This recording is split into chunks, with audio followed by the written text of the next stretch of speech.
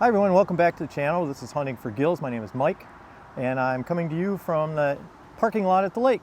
I went out today and it was not a great day to be fishing. It was super windy. I did catch a few fish, so I thought I would do a video on the proper care of your catch once you get back to the landing and until you get home with them. So stay tuned. Don't forget to hit the subscribe button and I'll get set up here and we'll get some fish in the cooler. So keep watching.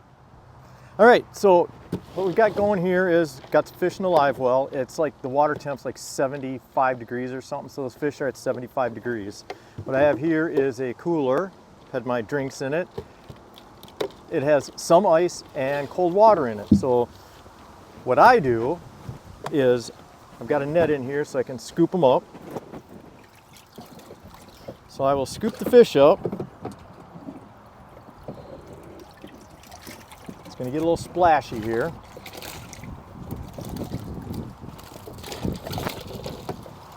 And what this does is this kind of cools them down. I think that's everybody out of there. I'll pull the drain plug out of there. Oh, there's still one swimming around in there, so better get him too. Last thing you want to do is leave one of those in your live well on an 80-degree day. So, all right, so there, the fish are in the cooler. Now, what I'm gonna do is I am going to get my boat packed up. I'm gonna pull the plug, drain the motor, do all that stuff that we're legally required to do here in Minnesota. Then I have a travel cover, so I'm gonna get everything all covered up and be right back. Well, got everything all buttoned up here. We'll just do a quick look. Everything's all snapped down, tied down, plugs out, straps on. Don't see any big gobs of weeds or anything underneath. Everything's all tight and ready to go. So let's get back to the fish, taking care of our fish. I think we're set to go here. So here's the cooler. Like I said, put the fish in it. Now they've been in cold water here for a little bit. They've settled down. So what I'm gonna do now is drain this water out. Get the other cooler with ice in it here, and we will scoop a bunch of ice in here.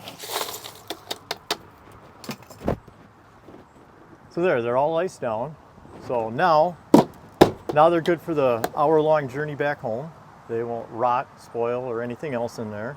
They'll be just fine. And then we'll finish up the video with it's a pretty basic panfish cleaning with one little trick that I do that kind of makes it a little easier, I think. So stay tuned, I'll be right back. All right, I just wanted to go over a couple of the things that I use when I'm cleaning fish here.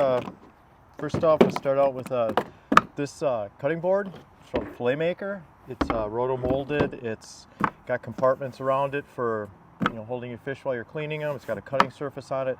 Most important thing, it's got a drip edge all the way around it. So whether you're cleaning on a table outside or on your kitchen counter or like me on top of the washing machine next to the wash tubs in my basement, you're not getting fish goo all over the place. So it's a pretty cool product. Okay, so here's a sharpener I use. It's got a coarse diamond sharpener on one side and a really fine one on the other side. So you go, when you're sharpening, you go coarse, go fine. It's got a ceramic rod here. That's for putting a really good edge on it, and then it's got leather across the back. You drag your knife across the leather, and that's how you put a razor's edge on it. And here is it's just a 4-inch Rapala. It's just their standard, classic, super sharp, pointy tip fillet knife. And then this is the Leech Lake Fillet Knife. The Leech Lake Fillet Knife was designed for cleaning walleye with the style where as you're cutting through the rib bones, this knife is razor sharp on this side, and along the back here up to right about here it's rounded, but from about here forward with this nice little round tip on it, it's sharp all the way up to that tip. What that works good for is when you're cutting behind the gills, through the scales, down to the spine, you use the back side of this. That leaves a razor edge on the other side for when you're actually doing the filleting, when you're cutting through the meat, going over the other bones, when you're going over the bones, not through the bones. But this side the one side it'll still stay sharp, but you're not dulling your knife cutting against the bones. Probably doesn't dull it a whole lot, but it really works nice.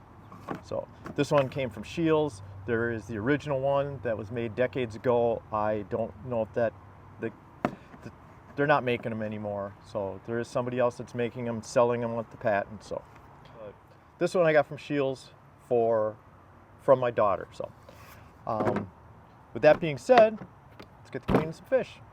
All right, so now we covered all that. We've covered how to take care of your fish, the tools I use. Now let's get into the most controversial thing there is in fishing today. Forward-facing sonar. Should it be legal? I don't have one, I don't care. I have no plans on buying one.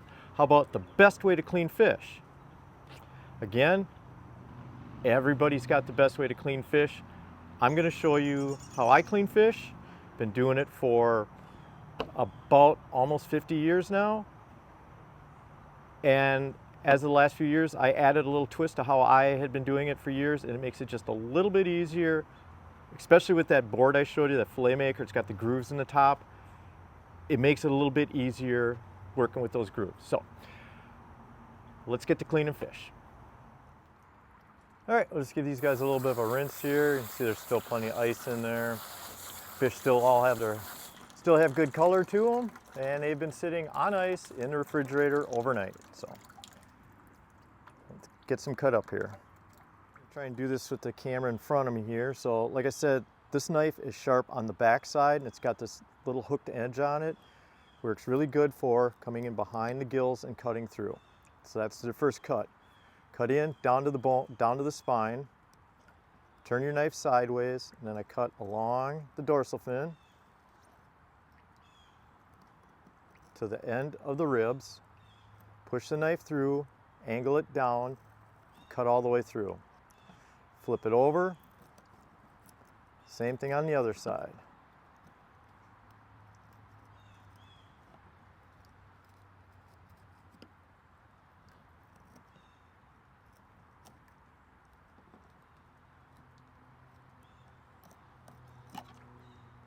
Then once I do that, then I'll pull back on the meat, and across the top of the ribs there's the pin bones up there. Just kind of cut through those, and then just down the rib all the way down to the bottom. And then remove it from the carcass. Same thing on this side.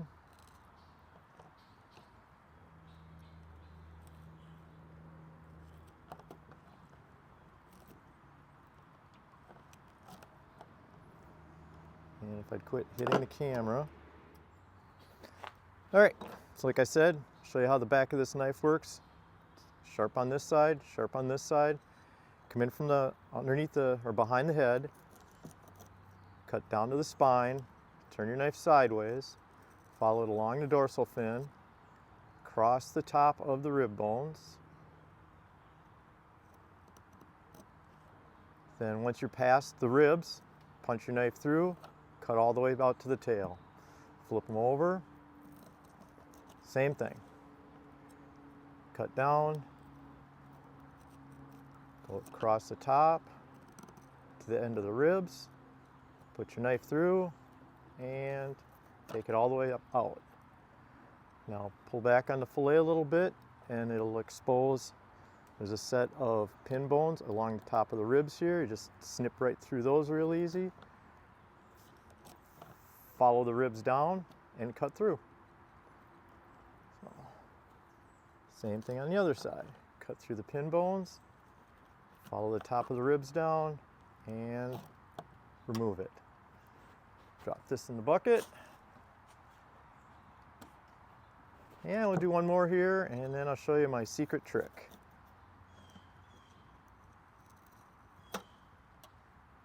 Again, cutting down across the top of the ribs, behind the ribs, through.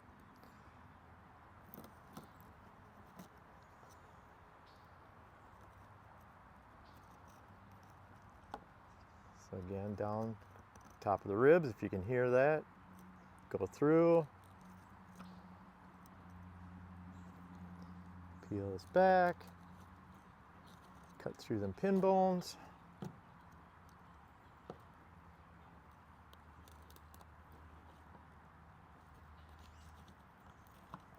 And remove.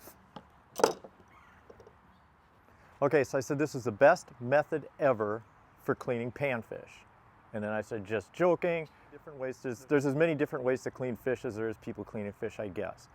One of the things that I do though is those pin bones that I cut through.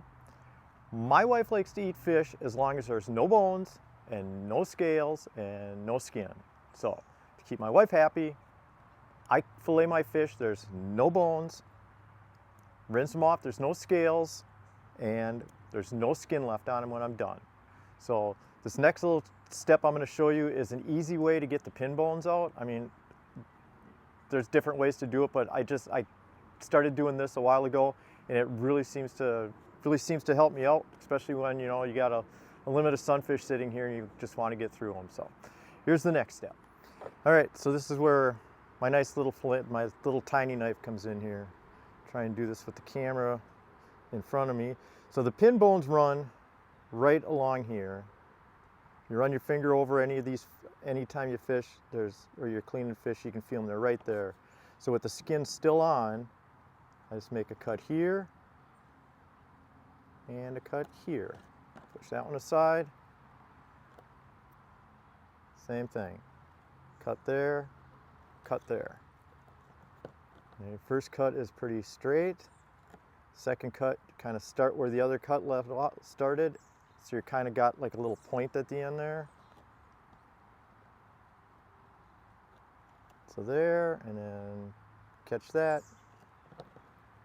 Okay, now that you've done a bunch of those, I'll just do a few of them here just to show. Now I'll just hold on to the back here by the tail, get your knife started, turn it sideways, peel the skin off, and there's the pin bones. There's the pin bones. Here is a fillet that has no bones, and once it's rinsed, no scales. Do this one too.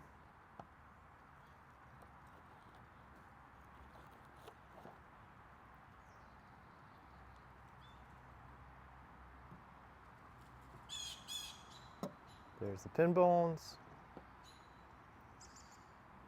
There's a boneless fillet. And like I said, these are really small, but you'll see when I do my recipe later how that turns out.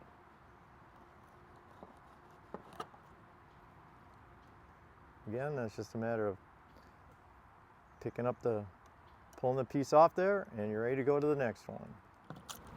So there you have it. A whole bowl full of cleaned fish. Just ready to be rinsed and consumed. Rinse them off, and I just rinse them off in cold running water, and I just throw them in a Ziploc bag, and they're either ready to be cooked or they're ready to freeze. And generally when I freeze them, I like to vacuum pack them. So, all right, well, like I said, this is my method of doing it. Your method might be better, might be faster. Go ahead and make a comment if you want. Like I said, I've been doing this for 50-something years, probably about 50 years worth of cleaning fish. So this is the way I do it. So like I said, these are some smaller fish. It's kind of what I catch around here, close to home. But I got a recipe in mind for just such an occasion where you've got a limit. I didn't have a limit, but if you got a limit of smaller size bluegills, crappies, it can be made with just about any kind of fish, but it works really good with bluegills or crappies. So don't forget to hit the subscribe button over there in the corner, and stay tuned for the next video. And hey, again, thanks for watching. Just thought I'd do a few here without the camera right in front of me, getting in my way. And you see it's a pretty quick procedure. And the reason I didn't mention this, the reason I do both sides before I flip them over and take the fillet off is that it's not so much with these smaller fish, but if you get bigger fish, it works really good because then it keeps the fish laying in the right position. The tail isn't sagging down, and it's just easier to make a clean cut. So, and even managed to get a little crappie there too. So, and they clean the exact same way. My opinion, there's no difference in cleaning a sunfish, a crappie, largemouth bass, smallmouth bass. I don't keep those, but I've cleaned them before. Cleaning any kind of panfish, bass, crappies, perch, walleye clean the exact same way, white bass. You really don't get into anything strange until you start dealing with catfish, eel pout, northern pike.